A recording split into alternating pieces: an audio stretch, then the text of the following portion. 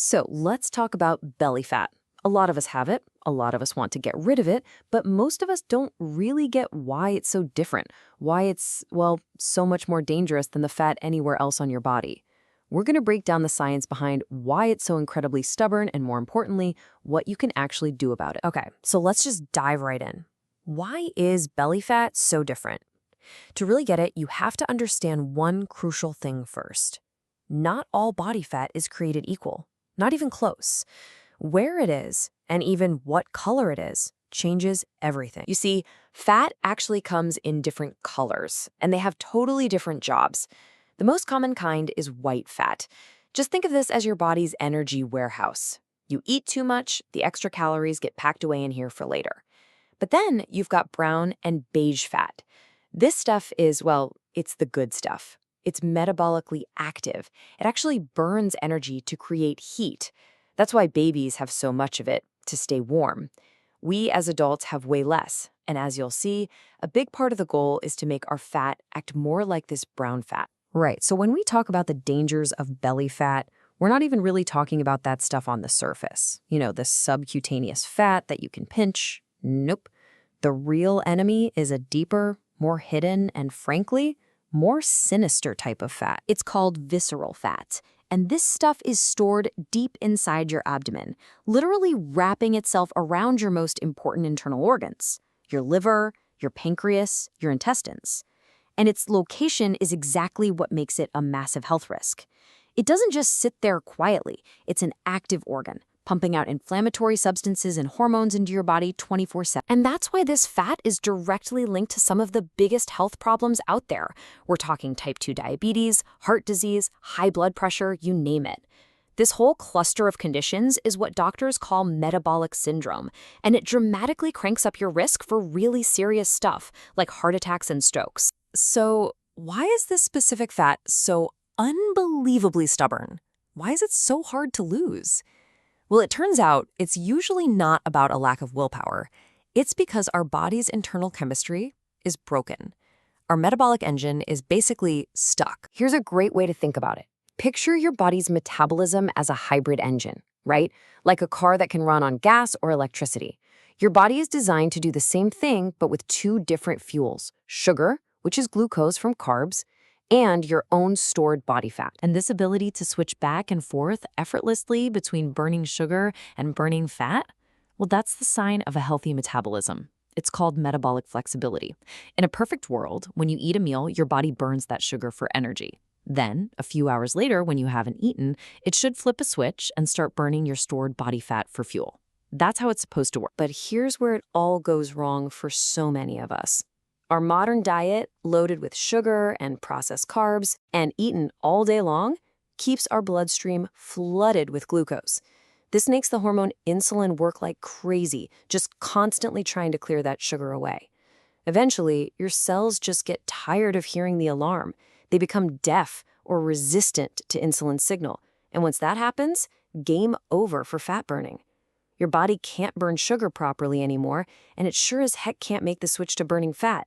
That fat-burning engine is stuck in the off position, so all that excess energy has nowhere to go but straight into storage as visceral fat. And get this, it's not just about the food.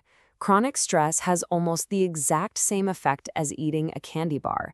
It triggers your stress hormone, cortisol, which then floods your body with glucose. This raises your insulin and tells your body to store fat. Specifically, you guessed it, right in your belly. Poor sleep does the same thing. It's like a hormonal traffic jam that keeps that fat-burning switch permanently turned off. So all of this leads to one really powerful idea.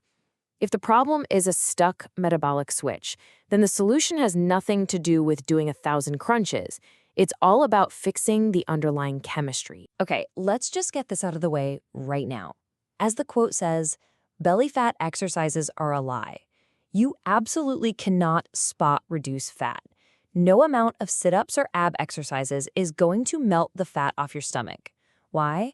Because the problem isn't weak ab muscles. It's a metabolic problem.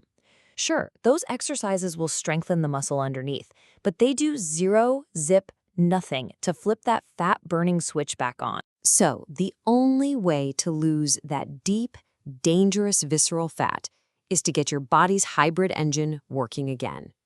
The real goal, the only one that truly matters, is to restore your metabolic flexibility. You have to get your body to remember how to tap into its own fat stores for fuel. So how do we do that? You start by sending the right hormonal signals with your food.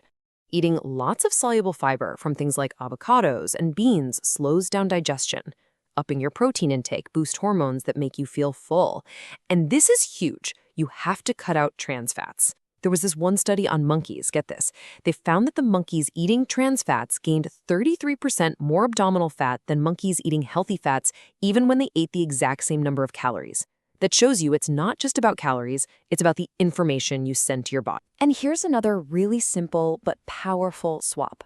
The famous Framingham Heart Study found that people who ate mostly whole grains had 17% less excess belly fat than people who ate refined junk like white bread and pasta. It's because whole grains have fiber, which helps you control that insulin response we were talking about. But honestly, beyond the food, there are a few key lifestyle changes that are non-negotiable if you want to fix the hormonal problem. Getting at least 7 hours of quality sleep is number one. Seriously, most of your fat burning happens while you sleep.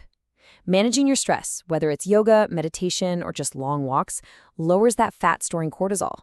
And of course, regular movement that includes both cardio and resistance training is vital. And finally, intermittent fasting. Just creating a window of time where you're not eating is one of the most powerful things you can do to lower insulin and force your body to finally flip that fat-burning switch on. So when you put all of this together, it becomes pretty clear, right? We're not talking about a 30-day diet. This isn't a quick fix. We're talking about installing a completely new operating system for your body, one that's built for metabolic health. And the key to making this work is to make it sustainable. Don't try to change everything all at once. You'll burn out. Start simple. For week 1, just do one thing. Get rid of all sugary drinks. That includes fruit juice. Done. Week 2, maybe you try pushing your breakfast back a little bit to create a small fasting window. By the first month, you can add in a couple of resistance training workouts. Over time, these small, consistent steps completely rewire your metabolism. You'll start to notice you have more energy and fewer cravings. That's your metabolic flexibility coming back online. And that really brings us to the big takeaway here. The whole battle against stubborn belly fat is won the moment you change the goal. So ask yourself this question. Are you just trying to lose belly fat? Or are you ready to actually fix your metabolism? Because when you stop focusing on the number on the scale and you start focusing on improving your metabolic health, on restoring your body's natural ability to burn fuel, the belly fat takes care of itself.